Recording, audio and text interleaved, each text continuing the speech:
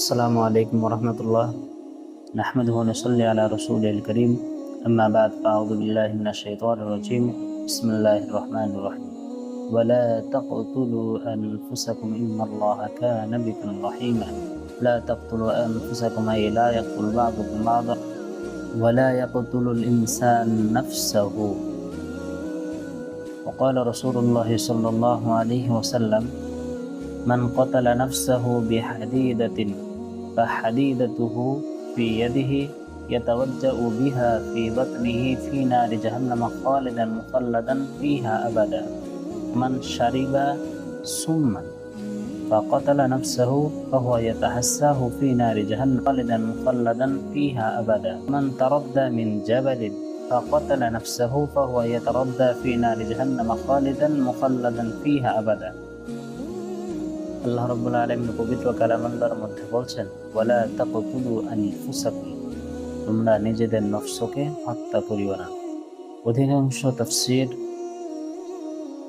বিশারদগণ এই আয়াতের ব্যাখ্যায় বলেছে, মুসলমান পরস্পরে হত্যা করা এবং একজন মুসলমান সে নিজেকে নিজে হত্যা করা, এটা আল্লাহ রাব্বুল আলামিন নিষেধ করেছেন। এটা কবিরা গুনাহের অন্তর্ভুক্ত। নবী করিম সাল্লাল্লাহু আলাইহি ওয়াসাল্লাম ইরশাদ করেন, যে ব্যক্তি লোহার অস্ত্র দিয়ে নিজেকে হত্যা করবে,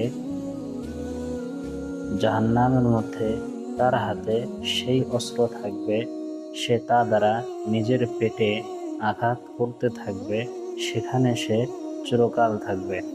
যে ব্যক্তি বিষ পান করে নিজেকে হত্যা করবে, জাহান্নামে সে সেই বিষ পান করতে থাকবে, সেখানে সে চিরকাল থাকবে। যে ব্যক্তি পাহাড় থেকে ঝাঁপ দিয়ে নিজেকে হত্যা করবে, সে জাহান্নামের মধ্যে বারবার ঝাঁপ দিতে থাকবে, সেখানে সে চিরকাল থাকবে।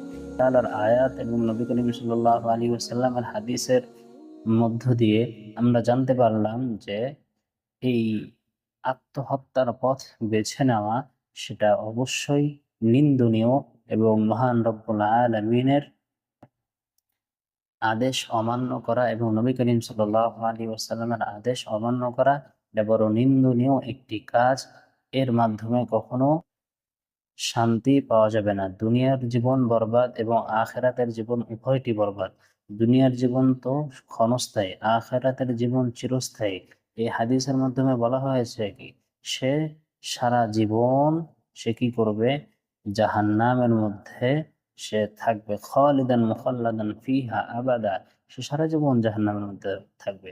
আর কবিরা গুনাহ তো তওবা ছাড়া মাফ হয় না। আল্লাহ তাআলা সবকিছু মাফ করে দেবেন, কিন্তু কবিরা গুনাহ আল্লাহ তাআলা মাফ করবেন না। এই জন্য আমাদের সকলের উচিত এই আত্মহত্যার পথকে বেছে না নেওয়া। যদিও দুনিয়ার জীবনে কষ্ট আসবে, কষ্ট এটা থাকবেই, এই জন্য আমাদের উচিত হলো দুনিয়ার জীবনে কষ্ট আসলে সবর করা এবং আল্লাহ তাআলার কাছ থেকে সাহায্য প্রার্থনা করা।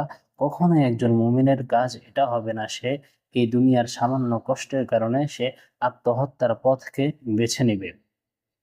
সকল মুসলিম উম্মাহকে সতর্ক করার জন্য এই ভিডিওটি শেয়ার করেন এবং সকলকে ছড়িয়ে দেন এবং সকলকে এই আল্লাহ তাআলার হুকুম আহকাম বিধান অনুযায়ী চলার তৌফিক দান করেন। আমিন ওয়া আখিরু দাওয়ানা আলহামদুলিল্লাহি রাব্বিল আলামিন।